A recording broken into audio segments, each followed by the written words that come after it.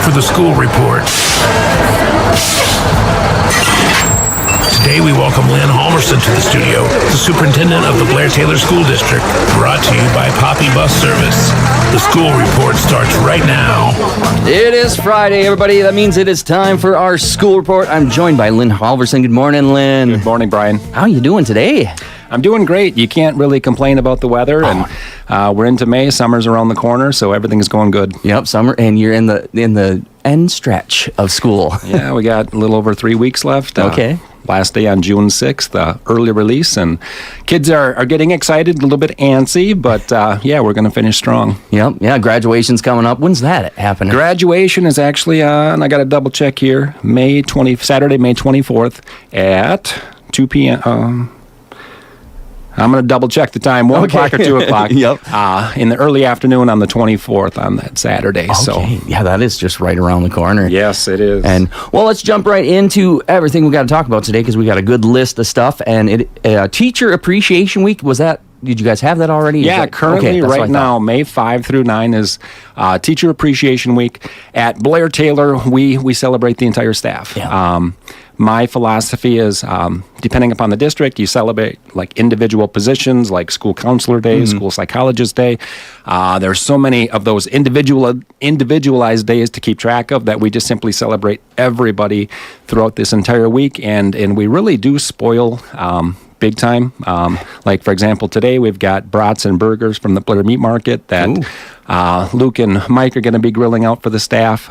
Earlier in the week, we've had cinnamon rolls, we've had meat and cheese trays, we've had cupcakes come in, so all kinds of good stuff, and I think our staff might have gained a couple pounds this week. So. Hey, that's okay. You're making me hungry this morning. Right. Well, that's great. Yeah, I heard those going on. And yeah, with all those different, throughout the year, there's all those different administrator days. Yeah, it's just put it into a week and then you don't miss anyone. Right. But I do have to give a special shout out to Crystal Swino. She's my administrative assistant. We come up with the ideas, but she makes it all happen. So thank you to Crystal. Yeah, thank you, Crystal. That's great. And we also... takes village to raise a child, doesn't it? It does. That's for sure. Yeah. And let's jump into the talk that everyone's talking about a lot. Referendums. What do we got going on with the news of that? Yeah, just in general with referendums. Blair-Taylor, we're in that situation where we went to referendum in 2023. It was a 3-year operational. This last April, we've got our TVC schools, and within our 4 TVC schools, 4 of them went to referendum. Blair-Taylor will be going back to operational referendum next year. There's a lot of factors that come into play. We want to keep track of the trend, what's going on right now. Referendums are still more passing than failing, but they're passing by lesser margins. And so you just want to make sure that you're able to communicate the right information to your community. One thing that I'm thinking about already is, what to communicate. In the end, it's communicating factual information. It comes down to a dollar sign, and what do you do with that funding?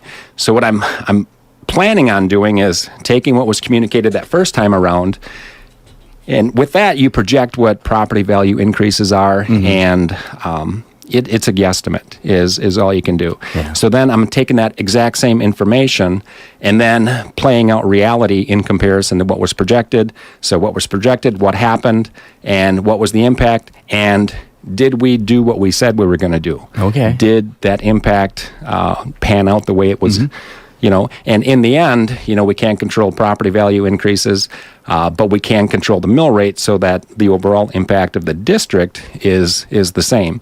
The unfortunate part is that we can't control one municipality's property value increase in comparison to another. There could be one village, city, or town that goes up in value by 17%, and then the other one goes down by 2%. So that does have impact, and that's something that the school district can't control. Yeah. What we can control is the overall, so I just want to be able to show that data. Yeah. we go from there. Yeah, and for a lot of people, they don't really understand the whole referendum thing. So I think that's why it's good to have you on here to talk about these things. Yeah, absolutely. Because people just go about their day and they send the kids to school, and Right. people also like to complain about things. Anytime it's money, Sure. which is understandable. Yep. Taxes and money, we people get a little worked up. But you guys are doing a good job. Always make sure to do what we can to give the opportunity to get more informed. Yeah. Traveling to all city, villages, and towns, having open forums at the school district and so forth. But so that's almost a year out, and yeah, we're thinking about it already. Yeah. So yeah, and then you got coming up 2025 to 27 biannual budget. Yeah. The biennial budget, it comes out every 2 years, obviously. With the 23 through 25 biennial budget, what they did do was they tried to close that gap a little bit between the lower funded schools and the higher funded schools.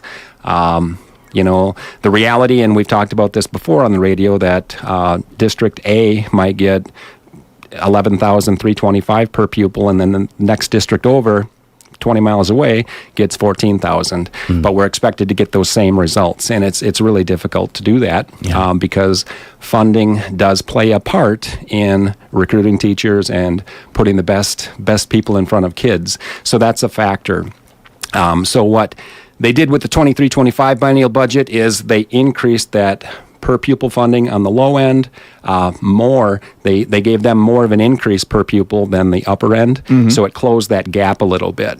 And the Association for Equity and Funding, they're an advocacy group, and what they're advocating for is to get 90% of schools within 10% regarding funding. Okay. And they've talked about a magic number of $12,650. That's what they're proposing for the 25 through 27 biennial budget. And if per pupil funding, that low ceiling, got to that mark, 90% of schools would be within 10%, and that would drastically reduce the need for some districts to even have an operational referendum. Okay. And guaranteed it would have a drastic impact on the amount that would have to be asked for. Okay. So in the end, even though I'm thinking about the future and the financial well-being of the district, we have no idea what we would have to ask the community for regarding support financially, because everything is hinging on that 25 through 27 biennial budget. Okay. And there's lots of speculation, advocacy from AEF for that $12,650 per pupil. There's discussion that there's momentum on both sides of the aisle regarding increase on the low end to $12,000. Okay. And even $12,000 would help significantly, as long as we can close that gap a little bit. And then the year two for the 25, 26, 27, 28, for the year two, increasing it to $12,400. Okay. But in the end, we got to close that gap. The state needs to support our schools.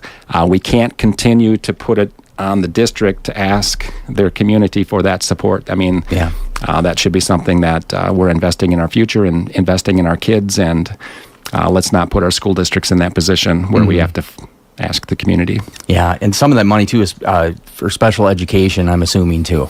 Yeah, and that's a part of the biennial budget as well, is the special ed reimbursement. A lot of districts take significant funding from Fund 10, transfer it to Fund 27, and basically that just reduces your options for all students. And they're talking about increasing that from 30% to 60%, approximately. For a lot of districts like Blair-Taylor, that's a $300,000 swing, so that's a lot of funding that you can do other things with. So and it's good to have it. And we were talking, it's towards the end of the year, graduation's coming up, kids are getting antsy to get out of school. Yes. So you still have quite a few upcoming events going on. So May 12th you got your middle school high school spring concert at 6:30. Yes, May 12th, next week, Monday, we got middle school, high school spring choir concert. Also that same night, showcasing our seniors with their senior exit interviews, and that's going to take place from 3:45 until 7:45, 30-minute increments. So senior exit interviews, just that overall experience of high school, plans for the future, what was significant, what did you like, what did you not like. Basically, we can take those interviews and tweak what we do to give kids a better experience in the future. based upon that information.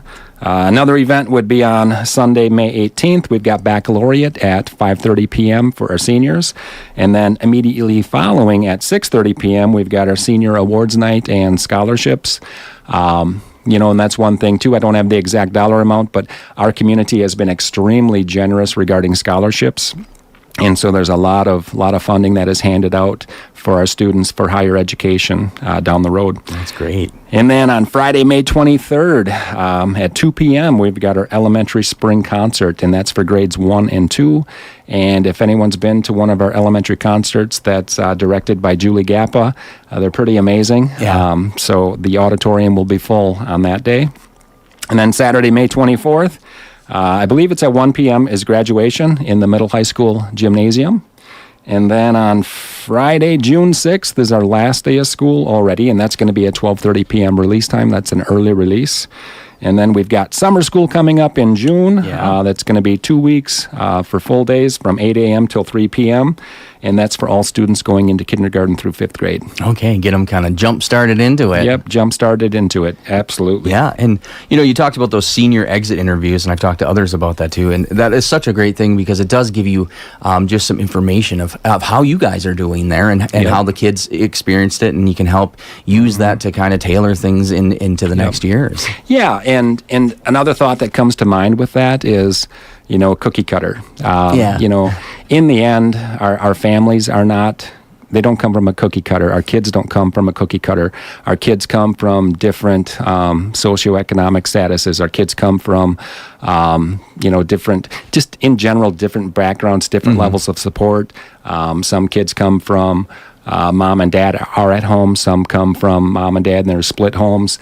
But every kid comes from a different situation. Yeah. So we're trying to create an environment that fits the needs of all of these different cookie cutters. Yeah. And it's difficult to do, but that's why we're constantly analyzing, looking at how we can improve and tweak and get better.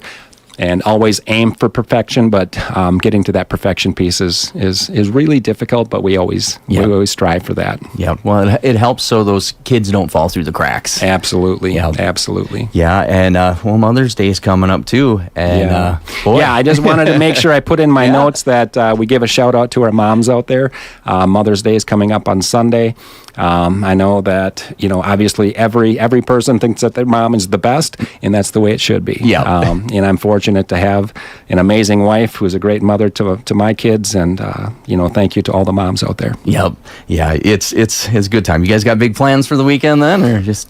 Nothing major. Trying to find ways to surprise someone that you've been married to for that's the many years. toughest. That's very difficult, but I'll try to figure out a way. And I've got some ideas, but I'm not going to say them on the radio. Yeah, you probably shouldn't.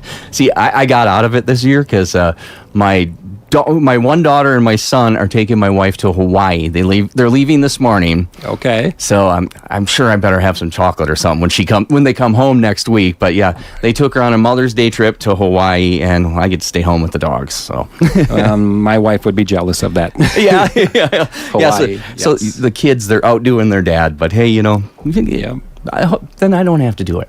Right. Absolutely. All works out. Yeah, Everyone's happy. Exactly. So, was there anything else you want to cover before we go today? Any other things going on that we should let people know? Or?